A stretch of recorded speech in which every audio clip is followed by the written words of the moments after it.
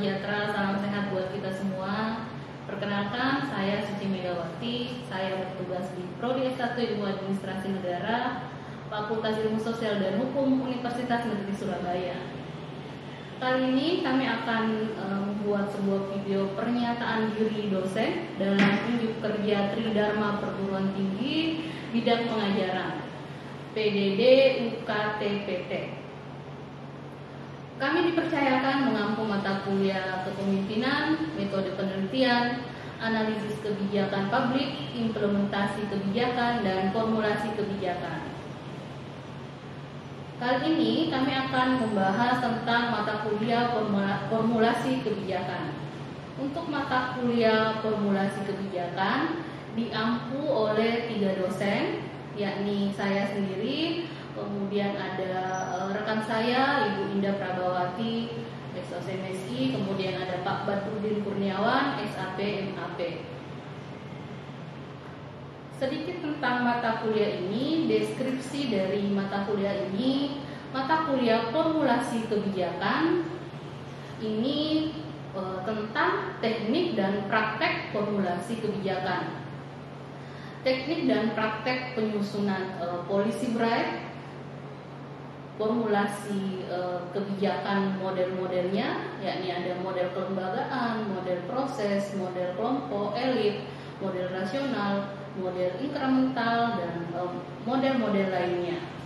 Selanjutnya ada pula model strategis serta penyusunan naskah akademik yang kemudian dijawantahkan dalam penyusunan peraturan perundang-undangan atau RUU Ranperda.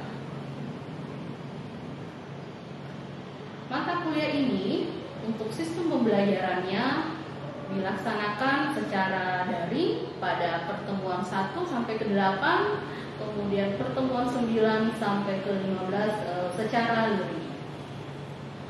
Mata kuliah ini juga disertai dengan penugasan secara asinkronus melalui LMS Finesa. Finesa adalah milik dari Universitas Negeri Surabaya. Kemudian selain tugas juga ada partisipasi mahasiswa. Partisipasi mahasiswa ini dalam bentuk perkuliahan ketika sedang dalam pengajaran, ada tanya jawab, kemudian ada diskusi-diskusi serta penyelesaian analisa kasus. Untuk penilaiannya sendiri, partisipasi ini sebesar 20%, nilai partisipasi sebesar 20%, nilai tugas 30%, nilai UTS 20%, dan nilai UAS 30%. Penilaian atau presentasi bobot dari yang saya sebutkan tadi ini juga sudah diketahui oleh mahasiswa sesuai pada panduan yang mahasiswa masing-masing telah pegang, telah diberikan dari pihak universitas. Untuk itu mari kita lihat capaian pembelajaran dari mata kuliah formulasi kebijakan. Untuk capaian pembelajarannya, kemampuan akhir yang akan dicapai pada mata kuliah ini adalah 1. Mampu menjelaskan konsep formulasi kebijakan dengan rinci, jelas, dan sistematis. Yang kedua, mampu menyusun policy brief sesuai standar teori penyusunan policy brief itu sendiri. Kemudian yang ketiga, mampu menguasai dan menerapkan paradigma, teori, konsep, dan prinsip-prinsip dan metode model-model formulasi kebijakan dalam menyelesaikan masalah publik. Yang keempat, mengaplikasikan langkah-langkah penyusunan naskah akademik dalam rangka formulasi kebijakan yang tepat dalam mengatasi masalah-masalah pembangunan. Kemudian yang kelima, mampu mengkaji masalah kebijakan dan memberikan rekomendasi kebijakan dengan menganalisa peraturan-peraturan perundang-undangan Dari 5 capaian mata kuliah ini diturunkan menjadi materi mata kuliah, yang dimana materi tersebut ada 15 kali pertemuan, yang kemudian dalam pertemuan pertama sampai ke-8 ini dilakukan secara daring, di mana materi pertama adalah terkait dengan pengertian, peranan, dan urgensi dari formulasi kebijakan menggunakan metode ceramah. Kemudian ada diskusi setelah penjelasan ceramah tersebut. Nanti kami akan menyertakan video pembelajaran secara daring. Kemudian materi kedua adalah mengelaborasi langkah-langkah penyusunan dari policy yang baik dan benar sesuai dengan panduan atau sesuai dengan prinsip policy break serta menghadirkan problem solving. Nah, untuk materi kedua ini di sini sudah mulai disusun, mahasiswa ditugaskan untuk menyusun policy break. Ini untuk menganalisa kasus-kasus, mulai menyusun kira-kira fenomena apa yang ada di masyarakat yang perlu segera diberikan analisa-analisa penyelesaian masalahnya. Ini berbasis proyek, nanti akan dibagi kelompok, kemudian peserta mata kuliah mencari fenomena-fenomena yang ada di masyarakat. Pada pertemuan ketiga ini mahasiswa atau materi pada pertemuan ketiga ini berusaha untuk menganalisis model formulasi kebijakan. Model yang dianalisis di sini adalah model kelembagaan atau institusional dalam rangka menyelesaikan masalah-masalah kebijakan. Ini masih terkait pada materi 2, proses penyusunan policy. Kemudian materi keempat adalah menganalisa model kelompok.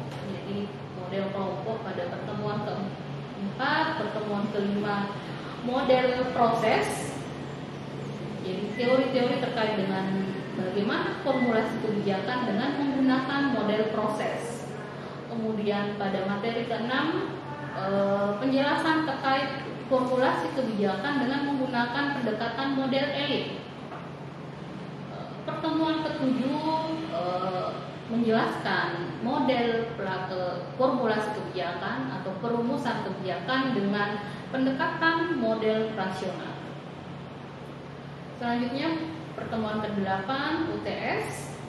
Pertemuan ke-9 ini melanjutkan menggunakan materi pertemuan model permainan. Model permainan ini juga adalah salah satu cara dalam membuat sebuah kebijakan atau memformulasikan sebuah kebijakan dalam mengatasi masalah-masalah yang ada dalam masyarakat. Selanjutnya pada pertemuan ke-10 ini menjelaskan tentang model sistem dan pengamatan terpadu. Pertemuan ke-11 menjelaskan tentang model demokratis dan model strategis. Pertemuan ke-12 menjelaskan tentang bagaimana model demokratis dan strategis ini menyelesaikan masalah. Nah, ini yang menjadi sebuah pilihan dalam menyelesaikan kasus-kasus yang ada, karena kita ketahui bersama bahwa model demokratis ini adalah salah satu model yang secara teoritis dan secara praktiknya ini mampu atau sesuai dengan keadaan pada masyarakat kita. Dinamika yang ada di masyarakat kita dapat serta keadaan yang kita alami, pemerintah sering menggunakan model demokratis ini dalam memformulasikan sebuah kebijakan. kemudian 12 model strategis ini sudah ya. Kemudian, nah pada pertemuan ke-13 dan 15 di sini berbasis proyek lagi atau berbasis penyelesaian masalah yang telah diangkat tadi oleh mahasiswa di pertemuan 1 sampai 2, mencari fenomena-fenomena yang ada di masyarakat yang kemudian kira-kira bagaimana menyelesaikannya dengan menggunakan kebijakan atau dalam hal ini menganalisa fenomena yang ada dengan kebijakan yang dikeluarkan pemerintah sehingga dapat menghasilkan draft naskah akademik. Jadi dari pertemuan 13 sampai 15 mahasiswa diarahkan untuk menyusun naskah akademik sesuai dengan panduan yang telah diberikan oleh dosennya, yakni sesuai dengan peraturan perundang-undangan kaitan dengan pembuatan naskah akademik. Pada pertemuan ke-16 ada ujian akhir semester.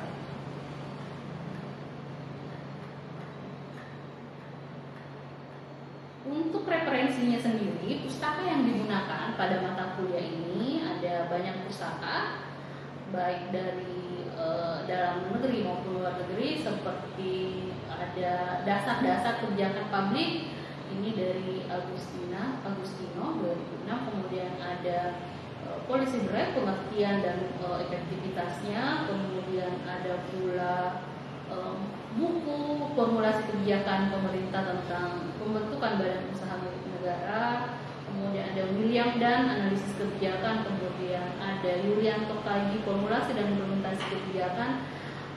Sedangkan dari buku asing atau dari berbahasa Inggris ada International Development Research Center, ini tentang policy brief, ini dari Kanada. Kemudian ada dari Kemenpan Bappenas ini berupa kumpulan policy brief.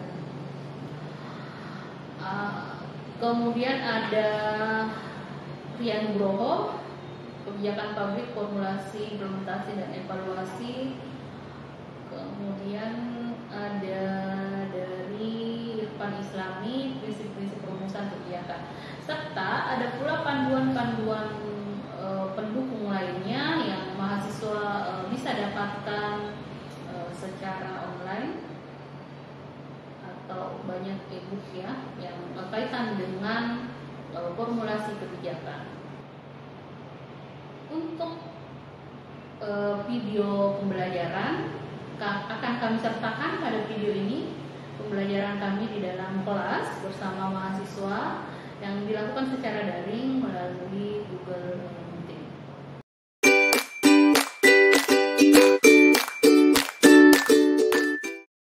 Sedikit saya gambarkan tentang model sistem ini, karena model sistem ini dalam tataran pembuatan kebijakan kita ini sangat banyak digunakan, di mana teori sistem ini berasal dari pemikiran logis. Jadi sistem itu mulai dari input. Jadi katanya kalau di input itu berupa masukan-masukan. Nah, sedangkan dalam pembuatan kebijakan input itu masukan SDM, SDA dan seterusnya itu berasal dari partai politik, dari masyarakat, dari kelompok presur, dari mahasiswa dan seterusnya. Itu adalah inputnya. Nah, kemudian masuk pada proses, ini ya model proses. Kelihatan kan PPT saya? Yang saya share ini kelihatan?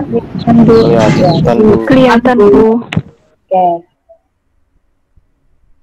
Nah, di model proses ini kemudian setelah masuk ke proses, setelah melewati input, nah di situ kemudian diartikulasi dan diagregasi.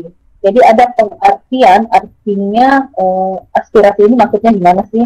Kemudian diagregasi dan diklasifikasi. Diklasifikasi ini maksudnya golongannya apa? Misalkan golongan ketenaga kerjaan ini isinya ada buruh dan seterusnya, itu digolongkan. misalkan golongan kesehatan, penanganan pandemi dan seterusnya digolongkan.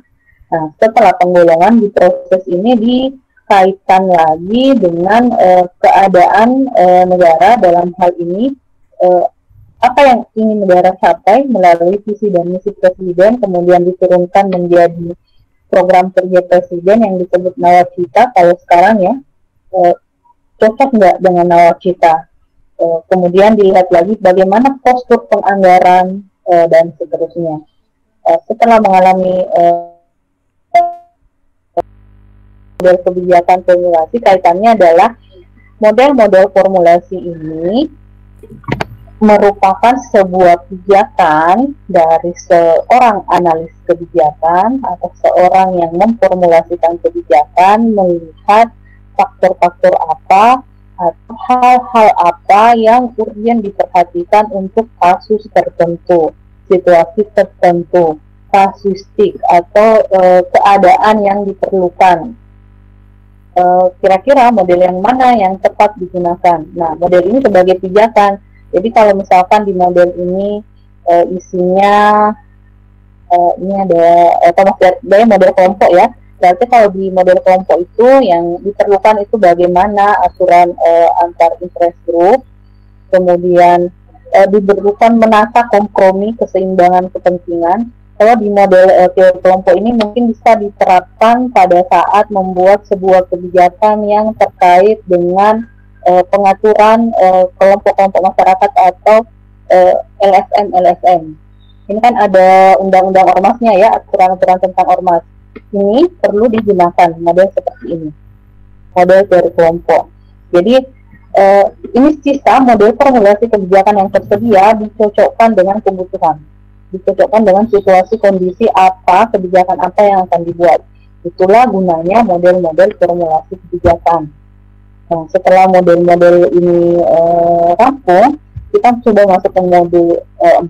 Nah, di model 4 itu bagaimana sistematika naskah akademik. Jadi secara mini kita coba melihat bagaimana sih sistematika dari naskah akademik ini.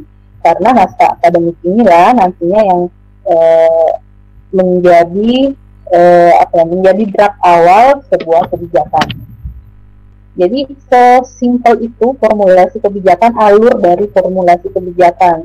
Namun teman-teman, ini kita lihat di ranah administrasinya, di ranah politik tentu saja ini hal yang berbeda ya, karena teman-teman pasti mengetahui bahwa pencetus sebuah kebijakan itu adalah ranahnya politik. Kemudian pada saat pengelolaan mulai dari proses formulasi, kemudian pengomitan implementasi dan evaluasi, itu tugasnya birokrasi atau tugasnya administrasinya, tugas dari administrator negaranya. Nah, tataran politik ini adalah tataran ide, pengejawantahannya ada pada tataran administrasi. Sampai di sini bisa dipahami? Bisa, Bu. Oke. Saya lanjut ya. Ada PowerPoint-nya, sepertinya materi ini sudah saya share di Nesa ya. Dari beberapa model yang sudah dijelaskan sebelum-sebelumnya oleh Ibu Indah dan Pak Udin, kita coba melihat model demokratis. Nah, model demokratis ini jika dianggap lebih baik dengan model yang lain, tidak bisa juga ya membandingkan bahwa model yang permainan, model sistem atau model institusional, model elit lebih bagus dari model demokratis, atau model demokratis lebih bagus dari model lainnya. Karena kenapa? Model-model ini akan tetap selalu mengacu pada situasi dan kondisi. Jadi sifatnya ya kontingensi. Kontingensi itu melihat bagaimana keadaan, situasi, dan kondisi penerapan dari masalah yang akan diselesaikan lewat kebijakan. Jadi bercerita tentang kebijakan, bercerita tentang sosial, ini adalah hal yang dinamis. Masyarakat kita dinamis. Masalah-masalah yang ada dalam masyarakat juga dinamis, tidak statis. Nah, sehingga menjadi hal wajar ketika sebuah kebijakan akan terus berubah, akan terus terevisi. Jadi teman-teman, ketika teman-teman konsen di kebijakan publik, jangan khawatir, ini akan selalu ada pekerjaannya, karena ikut dengan dinamisnya permasalahan dalam masyarakat yang menjadi tugas negara menyelesaikannya lewat sebuah kebijakan. Gitu kan ya. Nah, sekarang coba kita lihat di model demokratis atau model demokrasi. Nah, pada dasarnya model demokrasi ini menegaskan bahwa pengambilan keputusan harus sebanyak mungkin mengelaborasi suara dari stakeholder. Ya, dasarnya demokrasi ya. Contoh, kalau di bidang kesehatan, stakeholder yang terkait itu ada rumah sakitnya, ada dinas kesehatannya, ada masyarakat pasien yang dilayani, ada asosiasi ID-nya, dokter Indonesia-nya, ada asosiasi perawatnya, kemudian ada BPJS, ada asuransi kesehatan yang lain, dan seterusnya. Jadi semua suara dari stakeholder yang terkait. Nah, kemudian tegasnya bahwa setiap pemilik hak demokrasi harus diikut sertakan sebanyak-banyaknya dalam proses pengambilan keputusan termasuk rumusan kebijakan. Sehingga gambarnya seperti ini. Jadi pencetus teori-teori ini adalah Thomas Verby ya teman-teman. Jadi dari model-model 1 sampai 8 sebelumnya itu dicetuskan oleh Thomas Verby. Selain dari Thomas Verby sebenarnya ada banyak lagi ahli-ahli yang mencetuskan tentang model-model formulasi. Namun kita karena keterbatasan waktu konsennya ke Thomas Verby, karena Thomas Verby ini saja modelnya ada 9 dan dirasa di beberapa kasus bisa memilih dari beberapa teori yang ada di sini nanti ketika kita mencoba membuat naskah akademik. Nah, kemudian apa saja yang menjadi unsur penting diperhatikan dalam model demokrasi? Yang pertama ada elaborasi, ini ada faktor elaborasi ya. Elaborasi tadi di mana meminta semua stakeholder memberikan pendapatnya apa-apa yang harus atau penting atau yang akan diselesaikan dalam kebijakan tersebut. Nah, kemudian ada akomodasi. Setelah pendapat-pendapat tersebut dielaborasi, hak-hak suara tersebut dielaborasi, ini akan diakomodasi. Jadi dalam pengakomodasian ini, tadi kalau di teori sistem diklasifikasikan sama, diakomodasi juga mulai diklasifikasikan.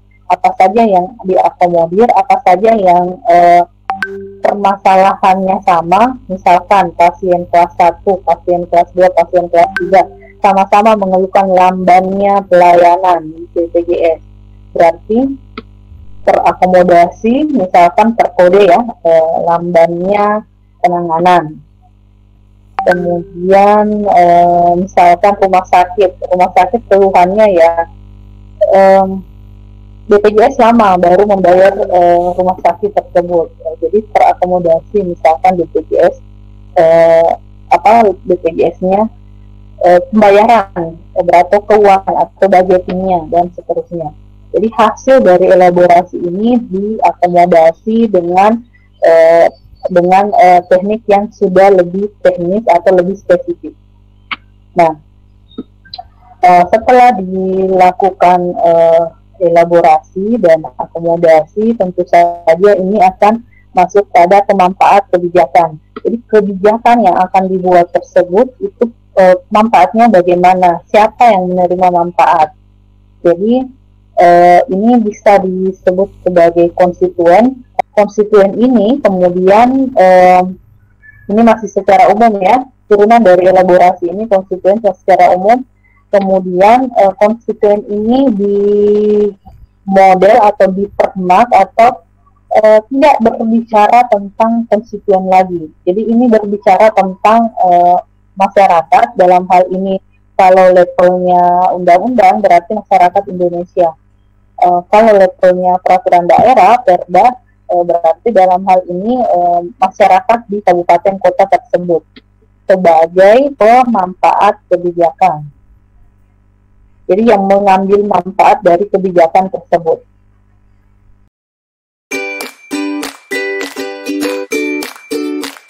Muhammad Diksi, kenapa memilih mata kuliah formulasi?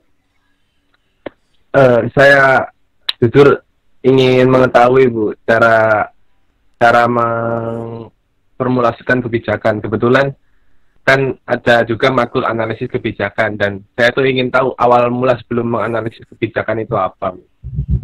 Seperti itu. Tadi kalau di runtutan pembelajaran kita ya dari pertemuan 1 sampai sekarang, Diki sudah sedikit memahami kah alurnya? Alhamdulillah masih mencoba memahami Bu. Terima kasih Dikri. Kita lanjut ke Anugrah. Kenapa memilih mata kuliah formulasi? Iya, karena saya ingin mengetahui bagaimana alur dari pembuatan kebijakan. Karena kan kalau supaya kalau bikin kebijakan itu kita tepat sasaran, seperti itu Bu. Pak Udin menjelaskan tentang policy break kan ya? Ya. Nah, menurut Sofyan, gunanya policy break itu nanti apa? Ya sama Bu, untuk acuan dalam membuat kebijakan lah. Misalkan nih, ada kebijakan, terus ini misalkan ada kebijakan baru yang akan dibikin tanpa melalui policy break, bagaimana? Ya mungkin tepat sasaran Bu, nggak bisa maksimal. Pasti ada kendala-kendala di dalamnya Bu, karena nggak sesuai. Baik, terima kasih. Kenapa memilih mata kuliah formulasi kebijakan? Iya, kalau dari saya sendiri itu saya ingin tahu bagaimana membuat suatu kebijakan itu seperti apa, mulai dari permasalahan yang kita angkat, terus kita agendakan, kita pilih yang mana masalah yang ingin kita berikan solusinya, kita pilih alternatif kebijakan yang ingin kita pakai sampai dengan keputusan kebijakan yang akan kita pilih. Seperti itu Bu. Jadi teorinya model-model itu digunakannya kapan? Pada waktu perumusan kebijakan. Oke, terima kasih. Demikianlah video pernyataan diri dosen dalam unjuk kerja Tridharma Perguruan Tinggi bidang pengajaran PDD UKTPT dari kami. Terima kasih, semoga bermanfaat. Assalamualaikum warahmatullahi wabarakatuh.